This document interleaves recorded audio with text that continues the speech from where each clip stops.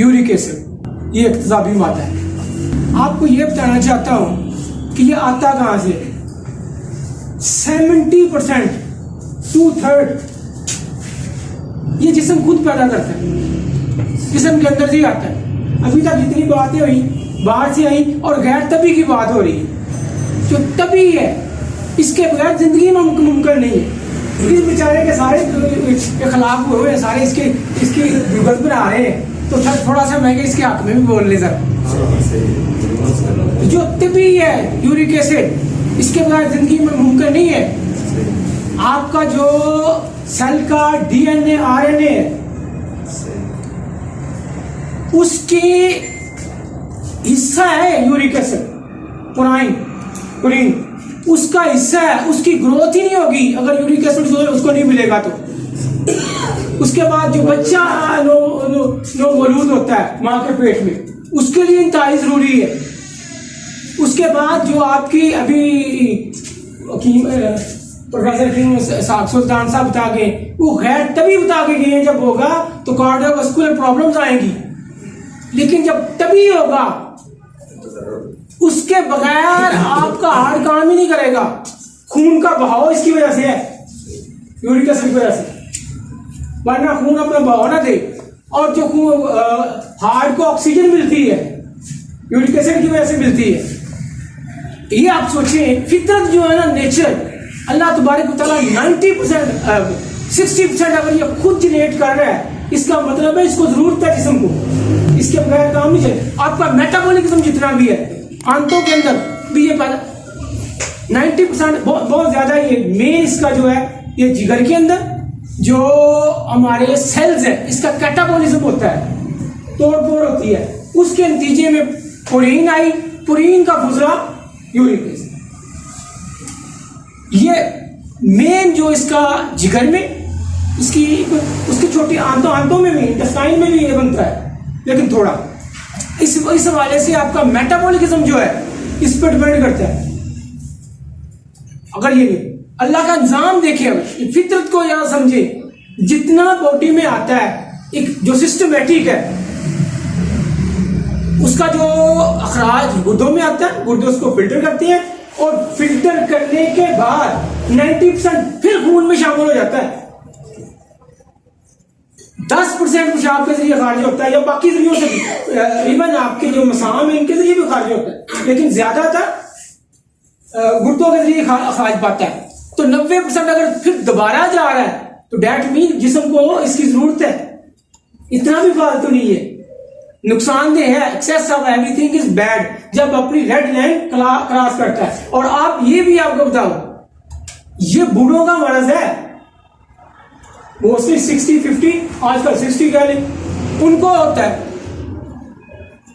तो मर्दों को औरतों की निस्बत ज्यादा होता है। तो जब ये एक्सेस होगा, गैर तभी होगा, तो फिर प्रॉब्लम क्रिएट करेगा। जी, आता कहां से? बाकी जो 30% है, देखिए जब आपका सेल टूट, कैटाबॉलिज्म बॉडी में हो, मेटाबॉलिज्म भी होता है, कैटाबॉलिज्म एनाबॉलिज्म भी होता है। ये सारे अमल बॉडी में फितरी तौर पे होते रहते हैं। ये तोड़ फोड़, इसी का नाम जिंदगी है। उसके बाद जब ये किसी भी तरीके से आपका सेल गैर मामूली तौर पर टूटना शुरू हो जाए, किसी भी तरीके से, इवन कैंसर में डेफिनेटली उसका वो फंक्शन बढ़ जाएगा। एक होगी इनटेक, अब इनटेक ही ज्यादा ले रहे हैं। अब ये देखिए दोस्त बड़े अक्सर ये सवाल करते हैं, जी यूरिक एसिड को एक नुस्खा बता दे ताकि जान छूट जाए। ये जान ऐसे नहीं छूटती, तो एक नुस्खा बताने से काम, इसकी रीजन डिफरेंट है। अब यकीन करें, पिछली दफा मैंने आपको बताया था, ज्यादा ये इतना मौजूद लंबा है, बस हिसाब में दिया, इस पर तो घंटों गुफ्तगू हो सकती है, मेहमान ज्यादा है। अक्सर ये डॉक्टर जो है बदकिस्मती जैसे बहुत अच्छी बातें इरफान भाई ने बताई।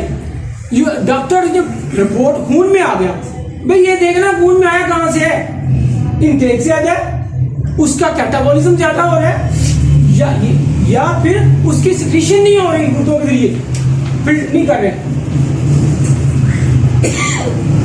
ये वजह नहीं देखते, सिर्फ मरीज को मुतमन करने के लिए पेशाब पर दवाइयां दे के गुजारा। ब्लड प्रेशर वाली दवाइयां देके, इवन मैं आपको बहुत लंबी जो दवाइयां इसमें दी जाती हैं, इवन आखिरी स्टेज में भी स्टीरॉइड देते हैं। दो ही चीजें उनके पेन को कवर करने और स्वेलिंग को। उसमें जितनी स्टीरॉइड दी जाती हैं उनकी अपनी बुक्स कह रही है, जैसे अरफान में वो जो टैबलेट्स यूज कर रहे उनका अपना लेबल अंदर से पढ़ ले, वो कहेंगे ये गुर्दों को कमजोर करती है। जब गुर्दों को स्टीरॉइड ये यूरिक एसिड पैदा करता है, लिखा हुआ है उन्होंने, स्टीरॉइड जो देते हैं पेन किलर देते हैं, ये यूरिक एसिड पैदा करता है बॉडी में अद्वियात। कैंसर जो है इसकी जो केमोथेरेपी है वो भी सेल को ज्यादा तोड़ेगी, उससे भी यूरिक एसिड ज्यादा पैदा होगा। फिर इवन यहां तक भी मैंने पढ़ा कि बहुत हैवी एक्सरसाइज कर ली, जैसे मैं टूट फूट हो गई, उससे भी हो जाएगा। इवन बहुत ज्यादा फास्टिंग कर ली, स्टार्वेशन भूखे फाके किए, उससे भी जिस्म में तोड़ फोड़। अब उजराती तहरीक है, जिसम बुद्धि तहरीक है, उसमें उजरात में तहरीक आ गई तो कैटाबॉलिज्म बढ़ गया। तो इसकी रीजन के मुताबिक आपने इलाज करना है। तो बहुत लंबा मौजूद है, मैं बहुत कुछ है मतलब इस पे है गुफ्तगू करने के लिए, क्योंकि हमारे एक मेहमान है, इनका हक है। तो इसीलिए दोस्तों एक ही नुस्खा है कि तशखीस अहम है। तशखीस पे जाएं, तशखीस को समझें, और नुस्खे आपको घरों में, यूट्यूब पे, फेसबुक पे, हर जगह से मिल जाएंगे। तशखीस यहाँ से मिलेगी, वो साजा से मिलेगी, तो उसकी तरफ आए इंशाल्लाह।